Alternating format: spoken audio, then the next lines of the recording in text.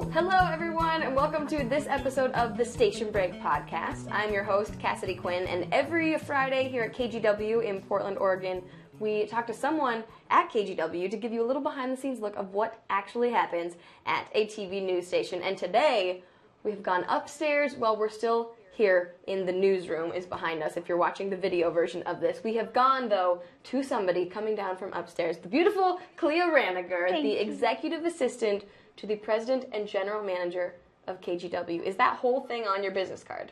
Yeah, it's in my email. Wow. So that sounds so fancy and important. She is very important, and I want to make sure that I definitely give kudos to her. So she's pretty phenomenal to work for. Yes, the beautiful DJ Wilson. Hopefully we can have her on the podcast sometime because I bet she would have some amazing stories. Yes. She is actually out of town this week. She is. She is at general managers meetings this week. So does that mean, you told me that you have less to do because you don't have to probably organize, you have this meeting here and this meeting there. And definitely a much easier calendar to manage. So that's the bulk of what I do most days. But yeah, what is your actual job as her executive assistant? When I was hired, I was told that no 2 days are ever going to be the same, and that was one of the driving reasons why I wanted to work here. But the cool thing about that, I have a little bit of stability, do my email, all that stuff, but there's a lot I do. So if it's lunch for meetings, if it's doing her schedule. I don't really do her email, which I'm so grateful for, but there's a lot of things. It's coordinating her with Tegna, our company, and other stations, and making sure that she also gets to all of the community events that she does here in Portland, because she's on a lot of boards and cares a lot about the community, so it's working with a lot of those people as well. I can't even organize my own life. I can't imagine organizing somebody else. Are you a really organized person in general? I am a very organized person. I have to be. I also have 2 kids at home and a spouse, and so I have to coordinate that, soccer, and make sure that homework gets done for my son, which is ridiculous how much homework he has in 2nd grade. Now he's in 3rd, but... yeah. What kind of homework does a 2nd grader have? Well, he's a little different because he goes to Richmond Elementary, so he does Japanese. Half the day as a Japanese teacher. The other part of the day is English. So luckily my mother-in-law is Japanese, so she kind of helps with the Japanese homework. But still, there's a lot, and I don't remember having that much homework at that age. No, I don't think. I had plenty in high school, but not at that point. Yes. How long have you been at KGW? I started on Halloween, actually. My very first day, I got a call from DJ saying, hey, if you want to bring your kids in and we dress them up and everybody brings their kids in. So before I even technically started, my kids were on air. So that was a great welcome to the family. Yeah. I enjoyed it. Has that happened again? Have they gotten to make another appearance? I've been on air a couple times, but my kids haven't, and my son keeps asking when he's going to be on air again. Well, maybe this Halloween. Yes. When do I get to be on TV, and when can I have more free candy also from the newsroom? But he also asks, how was DJ's day? Whenever I get home, he asks how her day was. So I think that's pretty cool that he knows the people here, and he watches the news as well. So it's all that homework. It is. It's training him well. How did you end up getting here as an executive assistant? Were you an assistant to people before? I worked for State Farm Insurance, and I worked at their corporate office in Lake Oswego, and then I worked for an independent agent, which insurance was just not my thing. It is pretty boring. No offense to anybody, but it wasn't my creative alley. And so I watched the station here, and I always go online and check the news at KGW, and I saw that they had the job opportunity. And a month and a half later, I got the job. So I pursued it for a while. Yeah. Yep. And when you started, I think your first few days, were you sitting at the front desk? I was kind of shadowing Amanda, who was amazing, and just kind of getting comfortable. But I mean, my first week we had a staff meeting, and DJ had to rush out for a conference call, so I was kind of in front of everybody, people that I've known for about 3 days, and running a PowerPoint, and I think I did pretty good, so I'm still here. I remember that. I think it went well. I mean, there's always issues with the PowerPoint. Yes, technical issues. I feel like at any company, like if someone's going to do a presentation to everyone at the company, something's not going to work. Just like we are Facebook live streaming this podcast, by the way. So if you didn't know that, every week now we live stream it on Facebook, so you can ask questions throughout the podcast. But we had some technical difficulties with the audio when we started it. Clearly the audio is kind of important for a podcast. Just a little bit. Yeah. So you are upstairs right next to DJ's office, and when someone comes in to meet with DJ or to see you, you're right front and center with your big desk. What is that like? Everyone, I'm sure there's a lot of important people that come in to meet with DJ.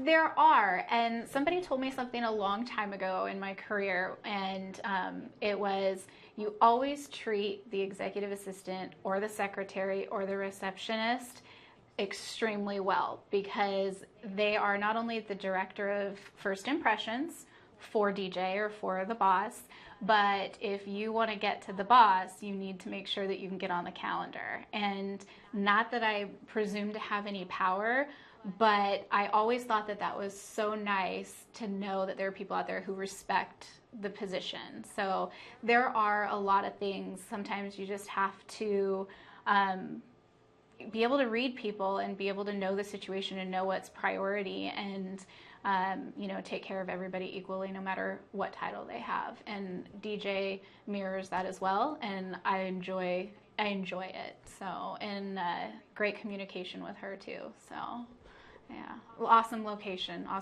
mean, come on, I have a TV in my office area. So True. Coffee, the Today Show. Are you allowed to change the channel? Probably not. I asked somebody that one time, and they're like, "Oh no, you can go ahead." And I'm like, I'm not going to risk it. It feels wrong. Maybe if there's like an infomercial on or something. Yes. Not during a newscast. Yes. So is the volume normally on your TV while you're sitting there? Not on mine, and it's more because DJ has, I want to say, like 14 TVs in her office now. So the volume carries from her area to mine, and so I just leave mine on mute. So you're still listening. I'm still listening. So you might be one of the people that actually gets to hear the most news at KGW, because I go out and talk to people on the street or wherever, and they assume I know everything that's going on in the news, because technically I've had my earpiece, and the whole at least 2 hours of news a day has gone through my ear, but I'm usually focusing on something else, talking to someone that I'm about to interview, and not focusing on that. Mm-hmm. And so do you feel like you actually are pretty informed with what comes in the newscast? Yeah, I think so. I'm on Facebook. I follow us, and there's certain sources that I go to for my information, but I enjoy seeing if we had the story first. I like seeing what we lead with at 5 o'clock, and you get really comfortable with the people that you see and how it triggers certain parts of your day. So, when 5 o'clock hits, if it's somebody different on the desk that night, I'm like, wait, okay, yeah, it's 5 o'clock still, so you get used to it. But I do listen. I will turn it up at noon for the noontime show. So. Well, lunchtime newscast. Yeah, exactly. Yeah, we were talking about that on Sunrise this week during a commercial break, because Russ Lewis, unfortunately, the day this podcast comes out, it will be his last day at KGW after 15 years, 17 years, something, a very long time. And you never know, because it's not every day do we get comments that are like, oh, I love, waking up to Russ and Steph and Brenda in the morning. But when then people hear that he's leaving, Russ and Steph were saying the other day, you don't realize the impact you have, and that people, they're used to waking up and seeing your face in the morning and hearing your voice. And when you say you're going to be gone.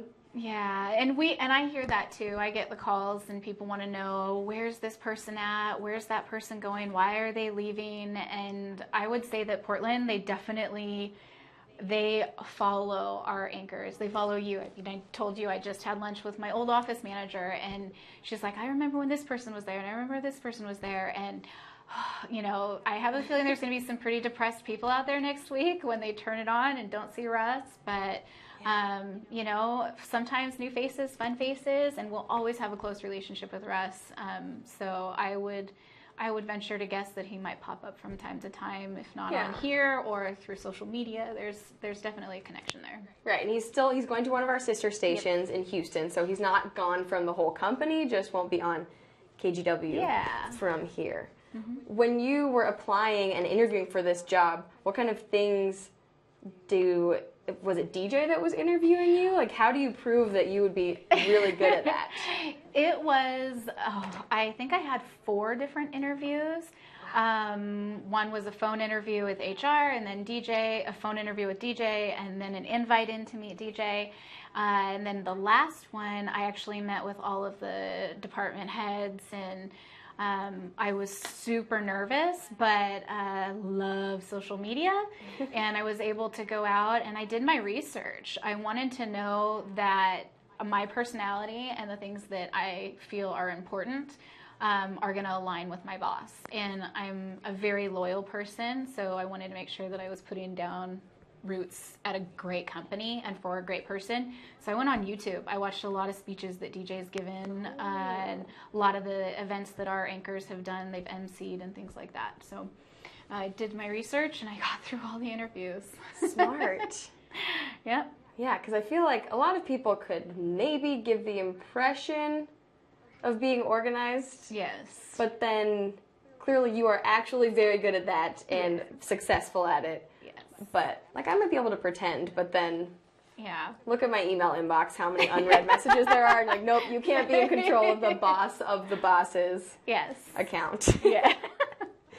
Did you ever have any weird, well, you talked about working in insurance, but when you were younger, any weird jobs before anything news related? My first job was McDonald's, and I loved it. I'm not going to lie, I loved it. I was in high school, and I got to work in the drive-thru, but it was also the one right by my high school. So, I can't say an extra cheeseburger or 2 maybe dropped in some friends' bags, but it was great. It was a good learning experience. I would have to say the most interesting one was working for a retail establishment. I'm not going to say who it was.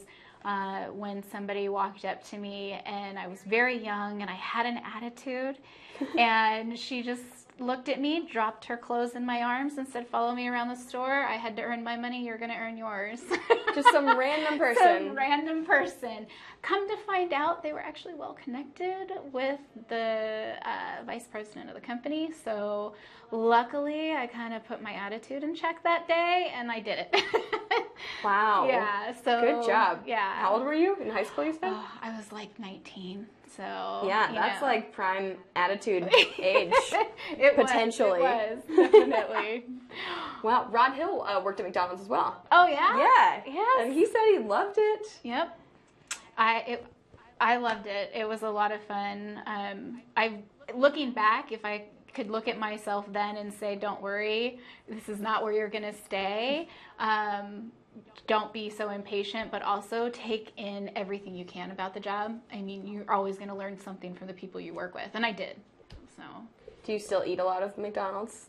I'm really trying not to. I'm trying to set a good example for my kids, but when you have a 2-year-old and they really like the cheeseburgers, come on, I'm a mom. Any mom out there is going to tell you they're going to eat the cold French fries.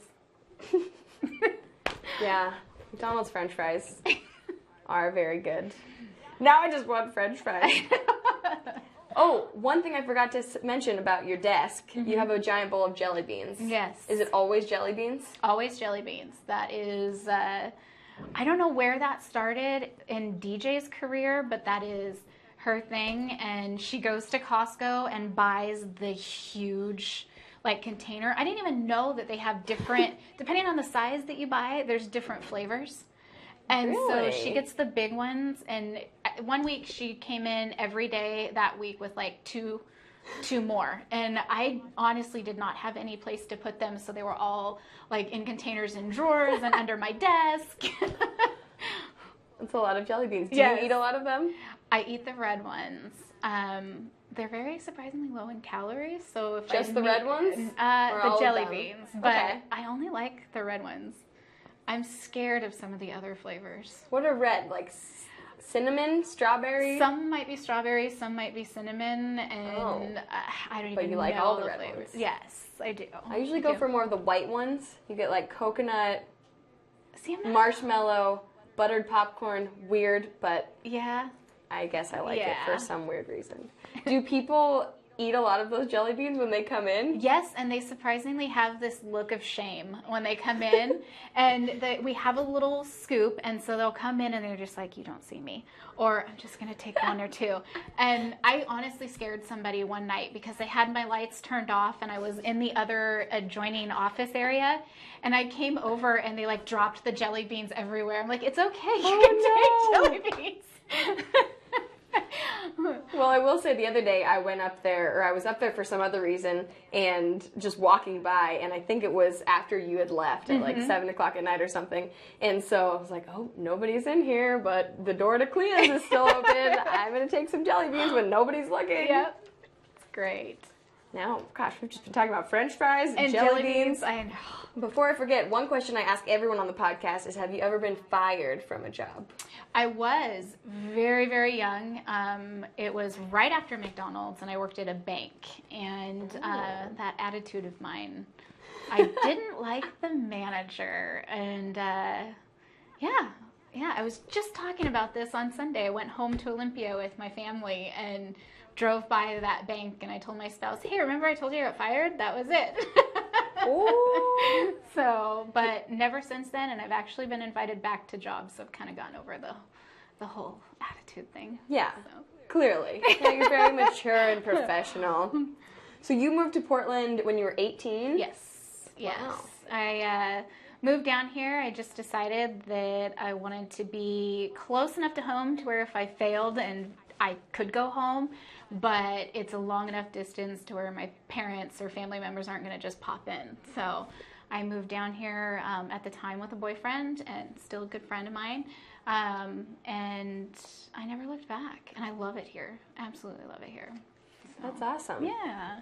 18, yeah, that's a good age. And, so the retail was after it was down in Portland. Yeah. Funny thing was, though, when I came down here, I walked into Home Depot on 82nd, and the very first person that I saw there is my spouse now. So, yeah, all these years later, and did you talk to him? Is that... I walked in, and there was just something about him. I thought, wow, that guy's kind of cute, but this isn't good because I'm coming here with another boyfriend. But we were really good friends. He had a girlfriend, I had a boyfriend, but then years later, went and walked my dog at the park, and here we are. Aw, Yep. that's so sweet. Yeah. I was just thinking when you were saying, I moved down here with my boyfriend at the time, I was like, I wonder how she met her husband, but that sounds creepy. I don't want to be like, tell me a love story right now. That's sweet. You told me, I don't know if this is related to the Home Depot thing, but you said you used to design kitchens and bathrooms for people? I did kitchen and bathroom design, and it was fun. I have a creativity side, and I learned a lot and had a lot of fun with that. I miss it from time to time, but I don't miss the fights between spouses when they have, somebody wants granite, the other person's fine with laminate. Yeah. I don't have experience with that besides watching HGTV. Oh, yes. You always see they're like, well, you have $10,000 in your budget. Do you want the new bathroom or the man cave? Yes. And usually the wife The wins. wife usually wins. Yeah. The most interesting one I ever did was a husband and wife that were married for like 27 years. They got divorced and then bought a duplex. And he lived on one side, she lived on the other. And they said, ever since the divorce, we've gotten along great. We're best friends. And like they helped design each other's kitchens. And that was a little odd, but hey, it worked for them. So Did they each end up, well, I don't know if you've done follow-ups, but wonder if they ended up, finding new boyfriends and girlfriends? I don't know. Because that would be where it would get awkward. Like, you can be friends, but as soon as it's like, well, hey, I just got home with my new wife, then. Yeah, I don't know how that worked. I wish them well, but obviously it was an experience that has stayed in my mind. So I think I was just more surprised at like how well they got along, and I don't know. Stay tuned next week. We'll follow up with that couple on the Station Break podcast. Who knows? They might have a comment on Facebook. Yeah, it was me. Were they in Portland? They were in Portland. Yeah, it was here. Hey. Yep. Hello to you guys. If Clea ever designed your duplex after your divorce, did you design your kitchen and bathroom in your house? No, but I did do some of the remodeling. We painted the cabinets and put new countertops in and all, appliances. So that was the most fun for us. And luckily my spouse and I get along and we agree on things. So that's a blessing because, man, I don't know if we'd still be together had we not been able to get through that part. Yeah. So getting along is definitely key to a good marriage. You talked about your kids a little bit. So one is 8 and one is a lot younger, right? Yeah, one is 8 and one is 2. So the 2-year-old just had his birthday, and my son is having his birthday next week where he'll be turning 8, but I just am telling him he's 8. So. Happy birthday to both of you. Yes. Do they get along? They get along great. They really do. Have ever since I came home with my second son, Steven. My older son, Leo, he takes care of him and everything. They adore each other. And the older ones would be like, okay, when you get older, make sure you ask how DJ's day is. Yes. Every day when Mom comes home. Yep. Is your shift like regular 9 to 5-ish kind of? Yeah, it's basically, be here by 8:30 and then work till 5. But, there are days where I'll be working later or I'm having to run errands and, cut my lunch short so I can leave early on Friday. So there's some flexibility there. I talked to a friend recently. They do summer Fridays. Oh, summer Fridays just started. Everyone gets off at 2 on Fridays. Oh, nice. Doesn't really work when you have newscasts. No. That are after 2 o'clock. Yes. A lot of them. Yes, but I was here on election night though till 11:15. That was fun for me. So what did you get to do? We were entering all of the numbers. So as the votes were coming in, we were entering them to make sure that our anchors got the information. We were the first ones with that information. I was very proud of that. So that was fun. So I'm always willing to do that and jump in and stay late or come early if I have to. Yeah, how much do you get to interact besides watching the news with actually what's going on either in the newsroom or if there's some election thing happening or? I would say a little bit. I'm excited to do more, but obviously I don't have the experience to be, hey, how's it going in front of a camera, and it terrifies me. I did the teleprompter a couple weeks ago, and I was so scared, and I begged them to tell Brenda, please tell her that I'm doing it. I've never done it before.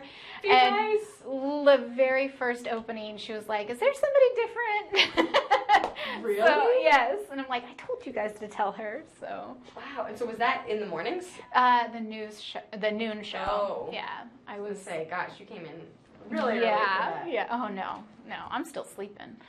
How did you end up getting roped in to do the teleprompter?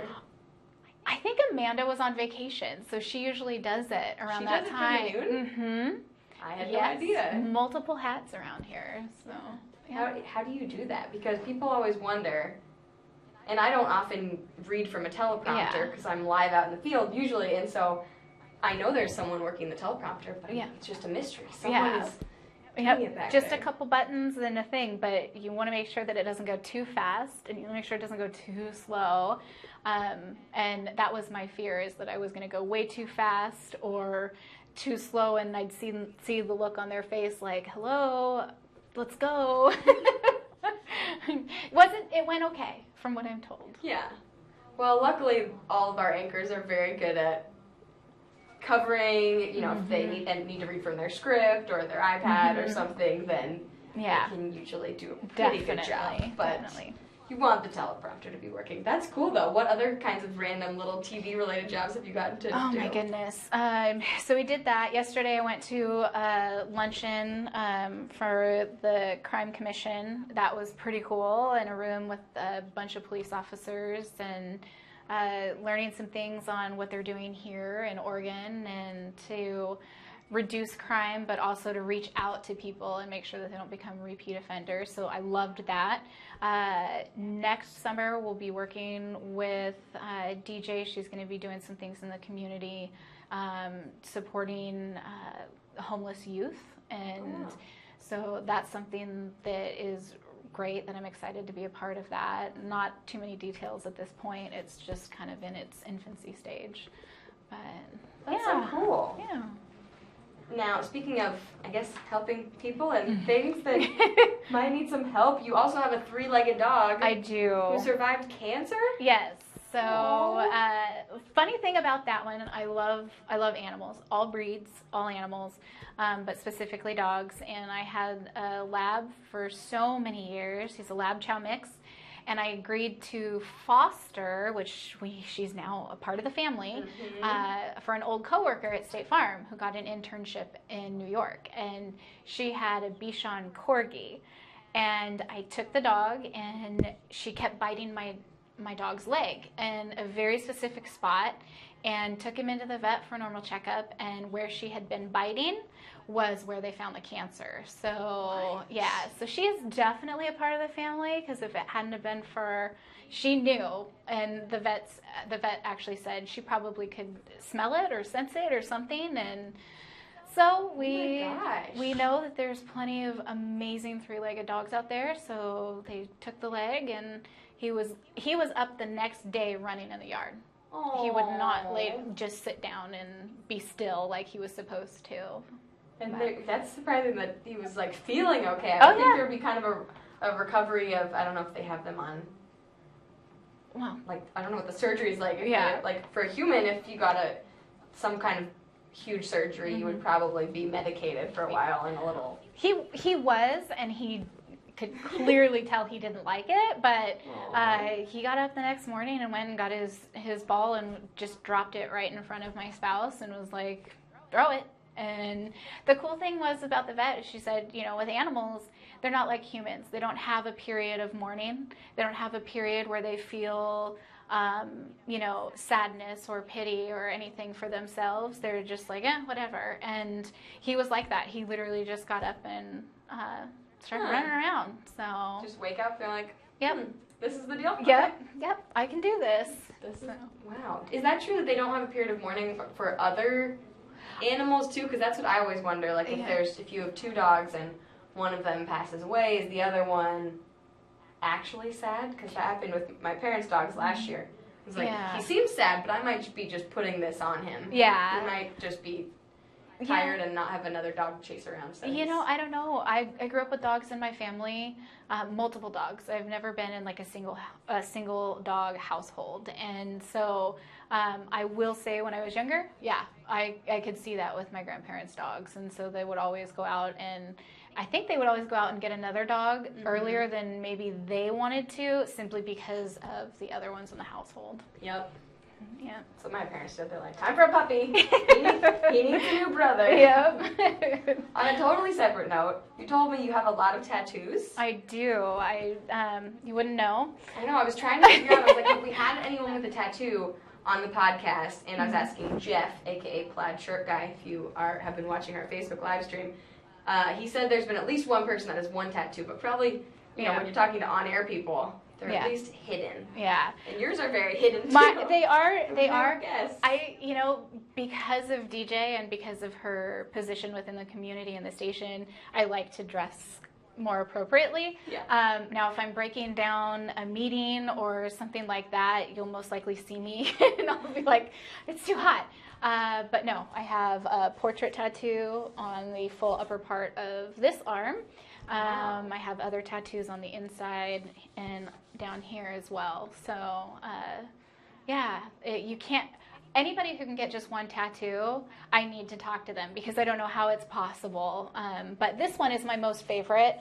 It was my grandmother's portrait. And on my 30th birthday, it was a nice brunch with the family, and then I was off to the tattoo parlor and sat there for about 4 hours. I think in total, I've got about 12 hours in on that one. Wow, that was going to be my next question. How long? 12 hours? Yes. And that's like needle in your arm, 12 hours. Yeah. Yeah. Oh. But it didn't, to me, they don't hurt. I actually had one, when I was getting one tattoo on the inside of my arm, the guy was just shocked because I fell asleep. Like, I just fell asleep. And there was another guy in the tattoo parlor screaming in pain, and the owner came out and was like, "You need to stop," and then noticed that it wasn't me, and turned and saw that it was this large, like, muscle guy who was like wincing in pain, and he's like, "I've seen it all now." And he sounded like he sounded like a girl. Yeah, he sounded like a girl, and meanwhile, and my artist looked up and he's like, "She's sleeping." What? Right? How do you fall asleep? I don't know. Oh, man. I don't know. Whenever I have to get a shot or like blood drawn or something, I almost faint. Well, see, now that's different. I can't get my blood drawn. I can't even watch them on TV. If there's like a movie with a needle in it, I can't. I just can't. But yet, 12 hours of... Yep. Yeah. It's a little different. I don't know. Yeah. It's become a thing the last few weeks of the podcast that this one light here in Studio 30 goes out halfway through the podcast, and then it turns back on a little bit later. Randomly. So if you are listening to this, that means nothing to you, as always. But if you're watching, we'll see when the light comes back on. You told me something in an email. I don't know whether it's true, but I think you're believable. That one time the FBI tracked you down. Yes. At work. Not only did they track me down at work, but they visited my ex-boyfriend's house looking for me. So I got a phone call asking what I did. And so my grandmother, the one that I have the tattoo of, was married to my grandpa for like 50 years. They have, I don't even know how many kids together, and subsequent grandkids. But his thing was he was never going to bail anybody out. He was never going to call in favors at all. Then her birthday came around, and he asked her what she wanted. She said, "I want to know where my granddaughter's at." And I had moved to Oregon and just lost touch. So he called in a favor, the one time he ever called in a favor. And they went to my work, and I came in from my normal shift and was pulled into the office, and they were just like, "What did you do?" And of course I was terrified because I was like, I didn't do anything. I don't think I did anything. And next they came in, the FBI agents came in the next day, and all they said was, "Please call your grandmother. She would like to hear from you for her birthday." So thanks, Grandma. Yeah, that's my only brush with the law. So for everyone listening and watching, here's your daily reminder. Go call your grandmother before she sends the FBI to find you. Highly recommend it. Highly recommend it. Oh, my goodness. That is amazing. Did she ever come down to Portland and see you? No. Well, no, she did for my baby shower, but I called Grandma, and then I immediately drove up to Olympia to see her. So, and Grandpa just stood there and just smiled and went and got coffee. Yep. Coffee solves a lot of things. Do you does. drink a lot of coffee? I do. Not as much as I used to, but it's I don't smoke, I don't drink, I'm not a wine person or anything like that. So, but my coffee, if I don't have coffee in the morning, it's just not a good thing. So. Yeah. Well, because, Portland's a big coffee town, beer town, wine town. So if you don't do those two, yes, you've got the coffee there. I do. Do you have any favorite coffee shops in Portland? I don't really have any favorite coffee shops. I started my 8-year-old actually likes making my coffee for me now, and is he like sneaking sips? Yeah. Oh God, I hope not. But bouncing he makes off the walls. I have a Keurig, so he uses that and brings it in for me. So does he do like cream and sugar, or? He does cream, and then he tells me every time, he's like, "And I put a little bit of love in it." So.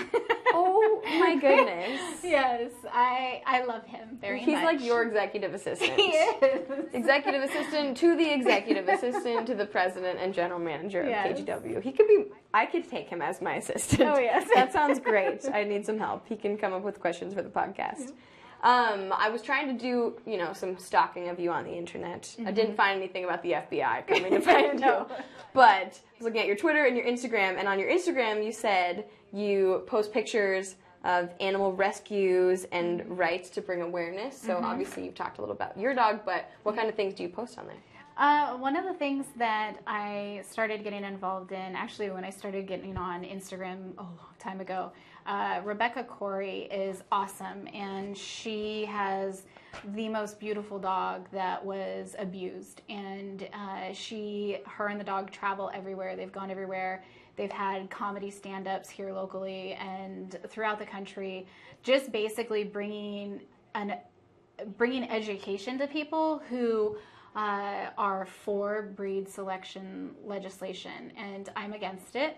And so is she. And she wants to prove that basically they're not born to be violent. Just like humans aren't born to be violent. It's something that's taught. It's something that's learned. And it's important that my kids are around dogs. And I think that a lot of kids should be around dogs. And it allows you to learn compassion.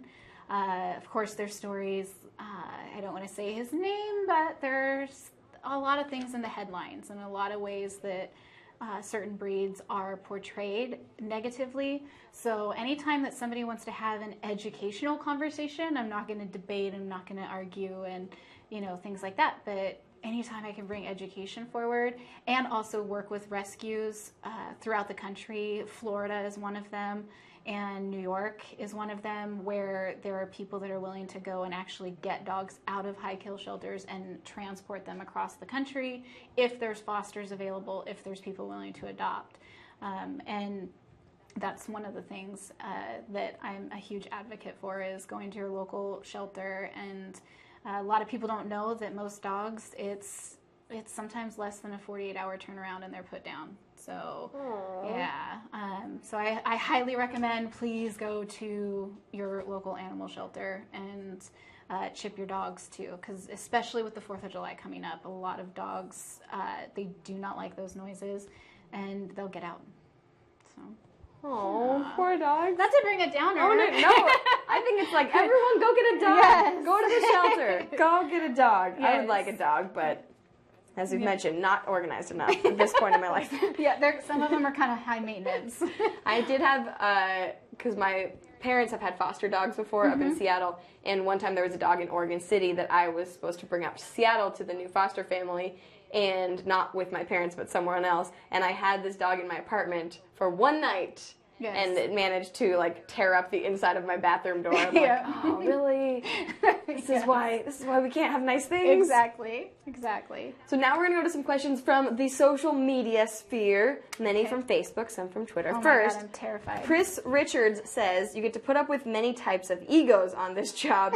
Me being an ex-media personality from the past, I know this already. Stay strong. You need to be more transparent. So that wasn't a question, but I wanted to ask, are there ever people that you deal with coming upstairs, obviously don't say anybody's name, that are just not nice to you and just have crazy egos? You're like, yeah, you, Cassidy. No.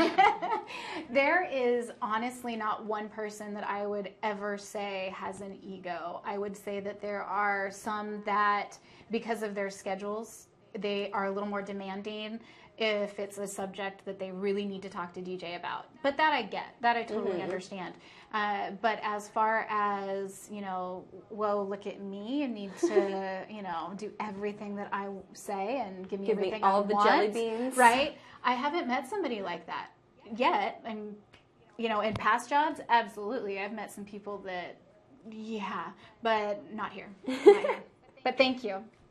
That is good. Oh, Joni Campbell said, I don't think we can answer this question, but someone said, will your network ever get a news anchor for the deaf?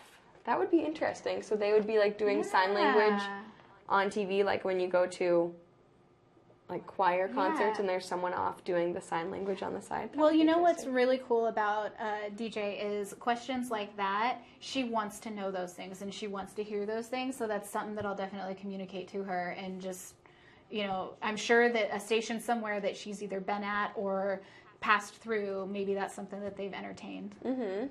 That's so cool. Thanks for the good question, Joni. Yeah. Someone asked on our first attempt at a live stream that failed, so I don't have the name right here, but they asked if you'll ever get to anchor. Is that something that you would want to do? I don't know if I would ever want to anchor. But I will help out and support any one of them or anybody here in the station. So my luck, I'd be that person that'd be out in the field in a snowstorm and get hit by a sign or something and end up all over the internet. So I think I'll stay here. Think of how many views we would get. I know. By the way, the light has come back on if you're watching the podcast. Thank you, light bulb. Jared says, who needs 14 TVs? Because you mentioned. It's not all the same channel. We follow a lot. Brian Schmidt wants to know, is Russ retiring or going to primetime? We mentioned he's moving to Houston. He'll be doing, I think, some reporting and anchoring there. His wife got a job in Houston, and that means they are heading there. Steele, at Blue Snowy Mountains, wants to know, first he said, who is the ultimate boss? What is he really like? But we've pointed out, DJ is a wonderful, beautiful woman. Mm-hmm. But said, do they aspire to be in front of the camera? DJ's been in front of the camera a few times. Really? My first day when my kids were here on the show, she was out there and she said hi, and she MCs a lot of events, and I'm sure she's got quite a presence. But she'll leave it up to our anchors. That's what she says. Yeah. Mm-hmm. I think that would be great. We could have you and DJ. Yeah. You guys can do the podcast one day, just together. Yes. Steele also said, working for the ultimate boss. Do you also get the ultimate view of the city? Because you are upstairs. We are upstairs, but we actually look down into a parking lot. So beautiful. Yep. There might be like a Starbucks down the street. Well, we look into the parking lot. Look out at. Yes, but she does see all the employees who take those coffee breaks walking over to Starbucks. So just so y'all know. Oh, true. Does her desk face out the window? Mm-hmm. Yeah. Wow. Yeah. If you ever took like a 2-hour coffee break, she's probably going to know about sitting there looking at her watch, like, Cassie's been gone for a while. Yeah. I'm just kidding. I'm not even a coffee drinker. Not really. What was the other question I was just going to ask? Oh, do you ever get to be part of decisions of people being hired at KGW or going on air? Because Jared Holt asked, who's taking over for us? We don't know. I don't know who's taking over for us.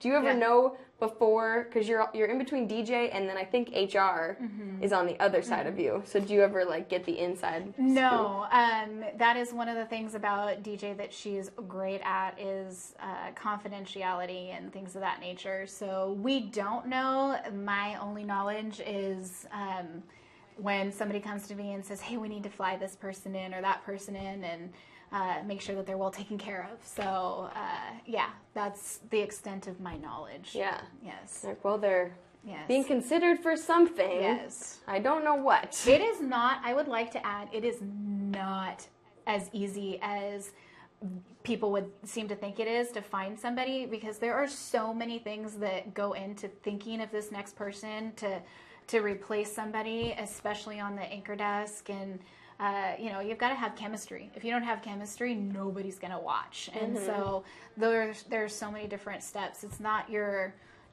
phone interview, one interview, and then, hey, come on in. And we take a lot into consideration. So I would love for people to know that, because we get those calls. Right. And you have to have chemistry at any job to get hired, with your boss and your coworkers. But, especially when people are going to stare at you on television with the same other person if you're anchoring for every day. Yeah. And every weekday or weekend day of their life. I couldn't imagine my probation period being in front of a camera, and that just terrified. I don't know how you guys do it. That would terrify me. So yeah. Yep, sometimes. It's like, don't fire me, please. Exactly. Don't say anything bad on TV today, or remember everything I'm going to say. Someone asked, how do you like working with Joey Harrington? That's from Zach Rowe. He's a very nice guy. We actually had conversation about our kids, and when he first started here, I apologize, guys. I'm not a sports person, so to me, when he came in, I was like, "Oh, new guy, nice." And then I got to learn all about who Joey was, and such a nice guy. Again, no ego, very down to earth, nice guy. Right, he's such a legend in Oregon, but I'm not from Oregon, and so it's like I know who this guy is, but I don't know everything about him like so many people in here do. But he's been on the podcast. That was a great episode of the podcast. Do your kids ever talk about, obviously they want to come and make cameos on TV, but do you think they're probably too young to think of actually what they want to do in their career, but do they ever say, oh, I would love to be an anchor or reporter or... Well, my son, my 8-year-old, he wants to be a doctor. At least right now he says he wants to be a doctor. And your 8-year-old just sounds like an amazing human. And the 2-year-olds. Yes. And, you are cute too. And my spouse, all we tell our kids is that we just want you to strive to have more than us. Not materialistic things, but go further than we did in certain aspects, and whatever that is. As long as he's happy, I'm good with that. They're probably like, well, Mom has jelly beans on her desk, so as long as we can get there, then we are great. Exactly. When you are with your desk, speaking of not the jelly beans, but everything else, are you, like your desk at home and your room at home, is it very clean? Because I would think, obviously, you have to keep your desk at work very clean. Mine is behind us, and it has like a pile of clothes on it. We need outfit changes today, but... People only look at it when it's on the podcast, whereas your desk is everyone's coming in there. Yeah, it is, and that's one of the things that DJ said after I first started. She's like, I just love how clean you keep your desk. I will say that it's because of my stepmom growing up. She was very OCD. My sister and I joke that we were grounded if we didn't vacuum the carpet in the correct direction. So sadly, that has carried over into my adult life. So yeah, my desk at home is usually pretty clean, and here is usually pretty clean. Now, with kids, I also firmly believe in a happy childhood. So if you come over to my house, you're going to see toys everywhere. Good. That just means that they have a happy childhood. So yeah. That's how it should be. Exactly. My parents would always tell me, clean this. I'm like, it doesn't look like I even live here. If it's perfectly clean all the time. Yep. That's still my excuse. Exactly. Now that I'm a full adult. Okay, finally, we're going to ask you 3 questions that I've come up with that are would you rather questions. Okay. First one, now a couple of weeks ago on the podcast, we had Sarah Roth, who was a digital investigative reporter, and she was talking about she used to work as a waitress, and she spilled wine on someone one time. And I asked her, would she rather have, let's see, we'll make it apply to you, have, let's say, DJ's whole calendar schedule for a day just deletes itself. You don't know where she's supposed to go, what's going on. Or would you rather, for whatever reason, you're walking in to give DJ a glass of red wine and you spill it all over her white outfit of the day? I will take the glass of wine any day. Any day, yes. Yeah. I mean, we have a great tech department, so I'm sure I could recover the calendar. But, yeah, no. The woman has an amazing wardrobe, so I'm pretty sure I could pay for the dry cleaning, and if it didn't come out, she'd be okay. She'd be like, whatever, I've got a whole closet full of other things just like that. So we'll go with that. Yeah. Okay, if you had to pick, would you rather have to be a KGW photographer for the day or an anchor for the day? I'll do an anchor. I can kind of, yeah. You're good at talking. I could do that, yeah. But photography, no. What? It's easy. Just kidding. Yeah. And then all the photographers killed me. We did get a question from Tom Tuttle, a.k.a. Mike Galmanis, previous guest on the podcast. He wanted to know what you think of the photographers. Do you interact with them at all? Because they're always running around there outside. And... They're intense. Like, they are super intense. But I do, with some of them, yeah. But they get some good things. They're on the go. They lug all that stuff away and around. I've seen them out in the field in the rain, and you would never know. Yeah. And they all have such personalities too. Yes. If you hang out with any of them, you're like, where did you come from? They're so amazing. Final would you rather question. Would you rather, I think both of these are good options, get 10 free rescue dogs, or, I mean, they're free, but like just have them, magically you have them in your life, or 10 new tattoos? The dogs. Yeah. Yes, I would take the dogs, and unfortunately for my spouse, I don't know if I would be able to rehome them. I think they just might be in my house. So, yep, I'll take the dogs. That sounds great. Well, next week we'll check in with Clea with that family and the the house that is divorced, and her new 10 dogs. That was the final question. Do you have any final words for everyone on the internet? No, thanks for having me. This was fun. Thank you for doing this. Yes. And now I'm sure you have lots of important duties to get back to. Yep. DJ will be back soon. Yep. And maybe we'll have her on the podcast. So this, every Friday goes up the audio on iTunes and SoundCloud. The video version goes on kgw.com and KGW's YouTube channel. And next Friday, we'll be back with another episode. You can always tweet me at Cassidy Quinn with the hashtag StationBreakKGW. If you have a question for someone on the podcast, you want to see who we're having next, or suggest someone to have on here next. And we'll see you next week. Thank you, Clea. Thank you, guys. Bye.